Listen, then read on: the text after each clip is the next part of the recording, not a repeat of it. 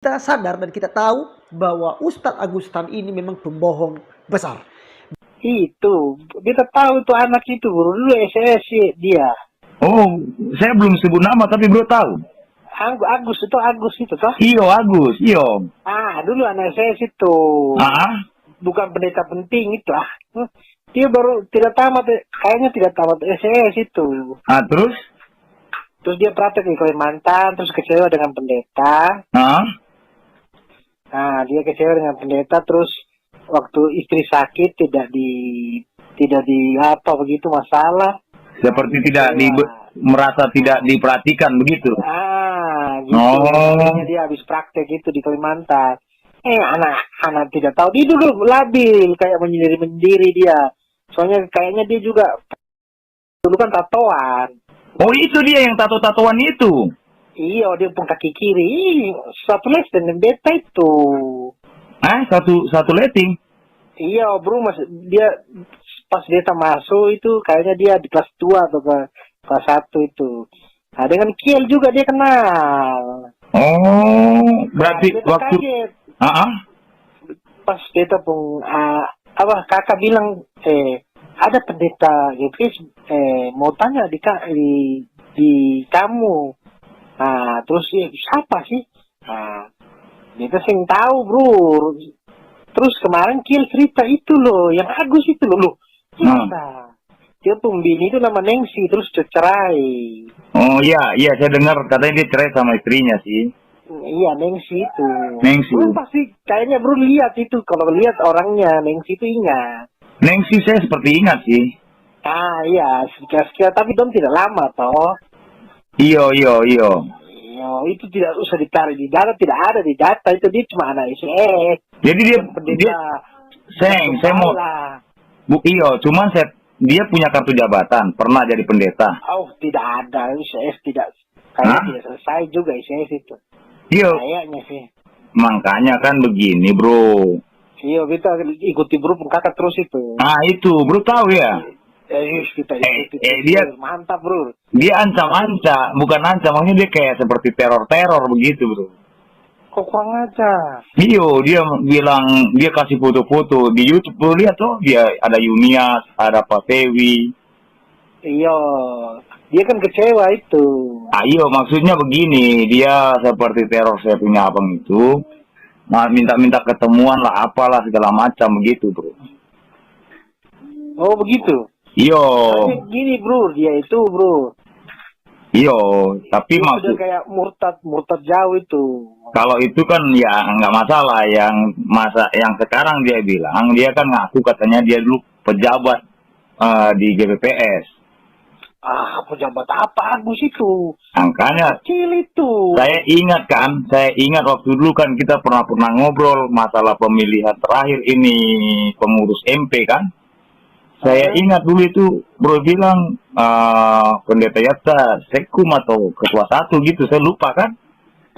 Kalau Sekum dia kan punya data itu, bro. Oh iya. Jadi tidak usah ke dia, saya sudah tahu itu orang itu tidak ada, bro. Ini saya tidak usah ke Sekum, mereka sudah 100% itu, bro. Agus itu. Saya pernah ingat, bro. Iya, SS dulu, bro. Iyo. Longor-longor itu loh. Aduh, kalau zaman-zamannya kita itu dulu setengah apa-apa itu kayaknya. Kurang asam sih. Ya itu tuh, Agus itu tuh. Aduh. Itu, bro. Oh, kurang ajar. Dia mau. Cuma itu aja. Saya kalau masalah dia mau ikutan dia. Tapi dia permasalahkan itu, dia bilang. Jabatan. Nah, dia ini kan dia bilang, ada yang bilang waktu itu kan abang saya kan dapat telepon dari orang bilang kalau dia itu bukan pendeta. Kan gitu. Dia memang dulu pernah di sekolah lah gitu kan di GBPS. Tapi dia bukan pendeta kan gitu. Dalam khotbah itu disampaikan sama Bapak Daniel, abang saya itu bilang, "Kamu Gus jangan ngaku pendeta. Ada orang yang bilang saya kamu bukan pendeta," kan begitu. Itu diprotes sama dia bilang saya mau lapor Bapak karena Bapak bilang saya bukan pendeta. Ngomong kan gitu. Ada yang ngomong. Makanya saya mau tanya, maksudnya kalau bro kan dekat sama pendeta ya. Coba tanya Akang dulu. Ada nggak datanya dia itu? Pendeta. Tidak ada itu, bro. Hah? Sudah 100% tidak ada. Iya, Dia praktek. Oh, di Kalimantan atau di mana itu terus Ah. ya, kecewa itu lah pulang sudah. Oh, berarti dia Terus bro ingat itu anak itu. ingat lah, ingat. Makanya saya bilang saya seperti pernah lihat ini orang ini. Yes. Kurang ajar ya si Agus. Dia nantang saya Kakak. Saya bilang, aduh, saya bilang, ya, aduh Tuhan saya bilang. Agus buta huruf itu yang longor-longor. Longor itu, iyo. Ya? Iya menyendiri itu loh, tidak bergaul itu bro. Iyo, saya ingat Ini itu. kacamata toh. Iya, pakai kacamata itu. Aduh. Saya bicara-bicara dengan Kiel toh. Ah. Nah, kayaknya anak ini dia kayak labil begitu. Dia kan sering bicara dengan Kiel juga. Oh. Labil gitu, masih mencari jati diri atau apa gitu. Iya. Nah, bukan kayak kita kan sudah apapun ya. Iya. Tetap Yesus toh. Iya. Dia masih mencari jati diri terus. Goyang. Kok kecewa pendeta begini. Nah itu sudah. Pantasan lah dia begitu dengar ada pendeta GPPS khotbah kan. Dengar loh. Pendeta ini 7 tahun di GPPS. Iyo. Tidak, kan mengikuti semua itu pengangkatan pendeta diumumkan, kirim surat ke LBTL, ini pendeta-pendeta diangkat. Iyo. Ada itu nama Agus itu. Iyo, itu harus ikut diklat bilang Pak Abang itu angkat pendeta itu harus diklat berapa ini. Iyo. Ada kelulusan, tidak ada itu Agus. Iyo. Ada yang sudah sarjana teologi aja tidak ada jadi pendeta. Iyo, belum tentu jadi pendeta. Tidak pendeta, bro. Dia baru praktek itu. Iya, masih zaman-zaman kita juga dulu itu, bro. Iya, kayaknya pas waktu itu. Iyo. Sana. Dia ngaku katanya dia pernah ikut sidang raya juga. Iya, semua itu ya. Kita juga kan penjaga sidang raya. Kita malah garis depan kita di sidang raya. Kita ini yang pegang pendeta yang marah-marah lagi. mau kasih jadwal makan apa, kita orang ini sudah. Iya. Yang mau kacau bilang Hendro bilang tangkap itu. Makanya saya bilang ini orang belagu banget. Ngaku-ngaku pendeta di GPPS. Saya bilang siapa ini? Jabat apa itu? Iya, makanya saya. Kalau beta yakin tidak ada dia itu belum jadi pendeta. Iyo. Soalnya gini bro, sidang raya itu kan beta ada terus. Iyo. Setiap sidang raya itu beta ada, sudah 7 tahun itu kan sidang raya ada. Iyo. Dari zaman kita itu. Dia tidak pernah ikut toh. Iyo, paling ikut yang lihat-lihat saja di situ. Loh, sidang raya kan harus pendeta-pendeta bu. Iyo, tapi dia pernah nampak. ada foto sama Pak Yunias, sama Pak Sewi, sama Bu Tanem. Semua bisa foto sih, kurang ajar ya laki-laki itu ya. Iya, saya cuma mau tanya itu aja, soalnya kan abang saya dia mau teror begitu dah. Terus dia mau lapor apa? Iya, karena abang kan pendeta GPS ada kembang. Pendeta apa dia ecek-ecek? Iya, kayak aku bilang wah, ini orang cari gara-gara sekali aku bilang. Lapor-lapor apa? Makanya saya telepon bro itu mau nanya-nanya tuh. Oh si Agus si Kateng. Coba bro ingat Agus nanti lihat fotonya di Facebook itu pasti tahu. Oh tahu. Sudah ingat saya, udah ingat orang-orang ini. Ingat. Paling mundurkan diri dari itu paling kan dia dekat dengan orang. Biasa kan dia kan gitu Mas Ewi. Pak saya mau sudahlah nggak mau di gereja ini, mungkin dia praktek di sana kan ada pos PI-nya atau apa. Iya. Dirilah dia. Soalnya berita terakhir, dia nanti tak tanya-tanya lagi. Soalnya dia bilang waktu itu praktek di sana, mungkin terus istrinya sakit, terus dimarah-marahi, ya dia kecewa. Itu baru-baru ceritanya. Dia cerita terakhir dia menghilangkan diri dari GPPS. Istrinya sakit, minta bantuan begitu, terus dimarah-marahi, terus dia Oh. dia di situ kecewa. Sinengsi itu. Di situ. Sekarang Nengsi sudah sembuh lah, cerai. Tetap di jalurnya Tuhan. Iya kak. Tapi ada putih. Itulah rekaman seseorang yang mengetahui Ustadz Agustan sebelum mualaf. Teman-teman, di dalam rekaman tersebut terlihat bahwa orang yang sedang bersaksi itu kemungkinan sahabat, teman, atau teman satu angkatan dengan Ustadz Agustan pada saat ia belajar di salah satu sekolah tinggi teologi. Dan kita tahu bahwa Ustadz Agustan pernah bersaksi bahwa dirinya sudah pernah belajar di salah satu sekolah tinggi teologi. Dan bukannya itu, ia juga pernah bersaksi bahwa ia sendiri pernah menjadi pendeta.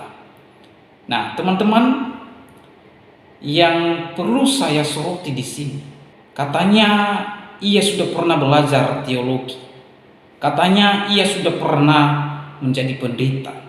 Tetapi saya heran kepada Ustadz Agustan, ia mengaku pernah belajar di salah satu sekolah tinggi teologi dan pernah menjadi seorang pendeta.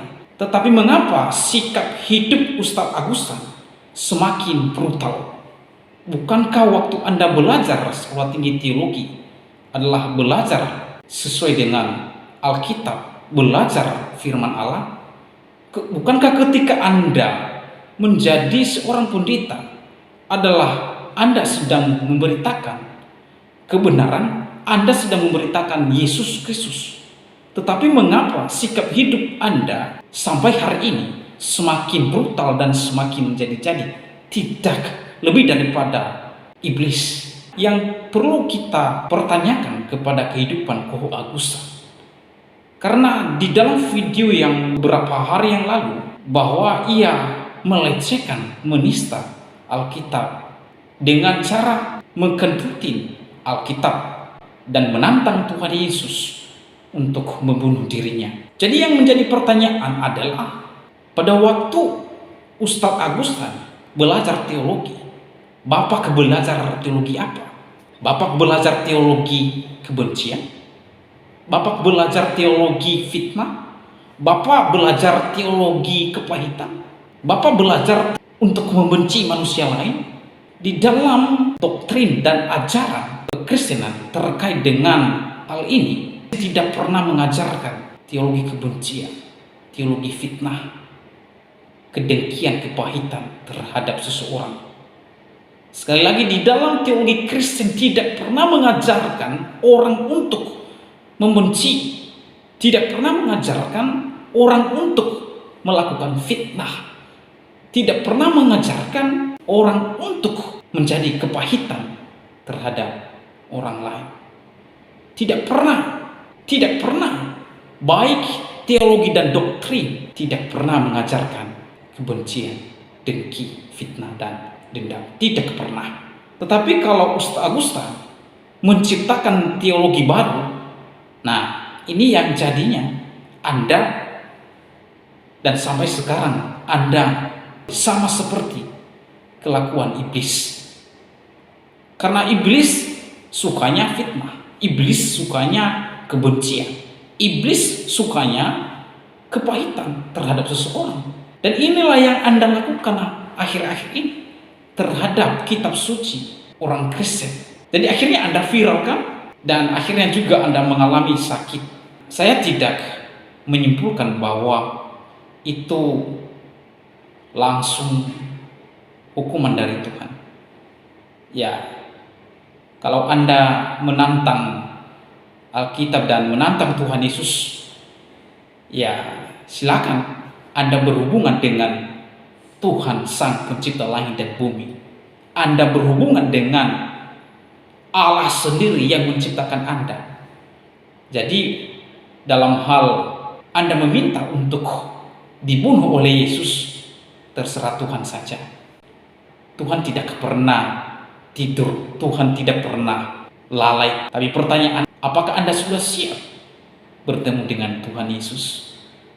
Apakah Anda sudah siap untuk dijemput? Nah, ini yang menjadi pertanyaan, yang menjadi perenungan bagi seluruh umat termasuk saya.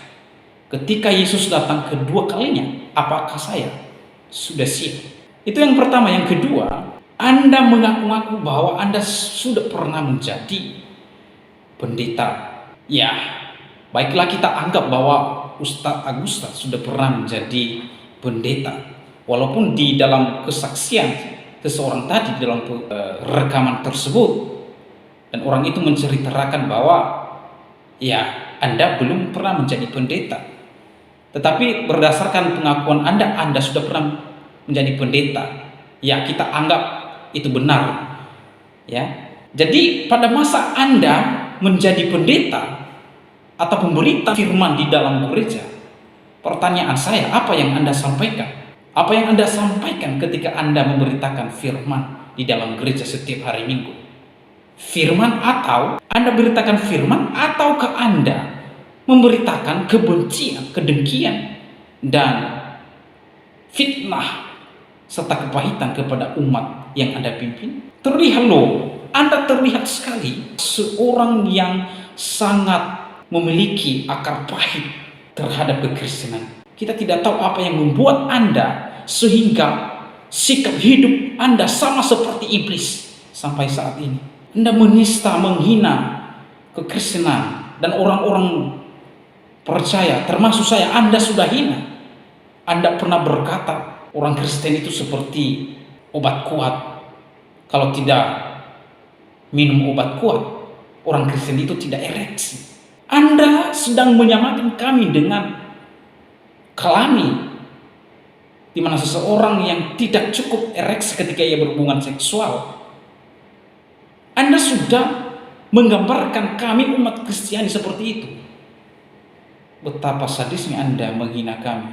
Itu yang kedua. Dan yang ketiga, saudara, Ustadz Agustan ini setelah ia mualaf atau setelah Anda mendapatkan hidayah, Ustadz Agustan bukan semakin baik hidupnya, bukan semakin tahu kebenaran, bukan semakin tahu kitab sucinya, tetapi yang dia perlihatkan dan publikasikan di media sosial adalah perbuatan buruk. Dia memperlihatkan kebencian, kedengkiannya terhadap orang Kristen.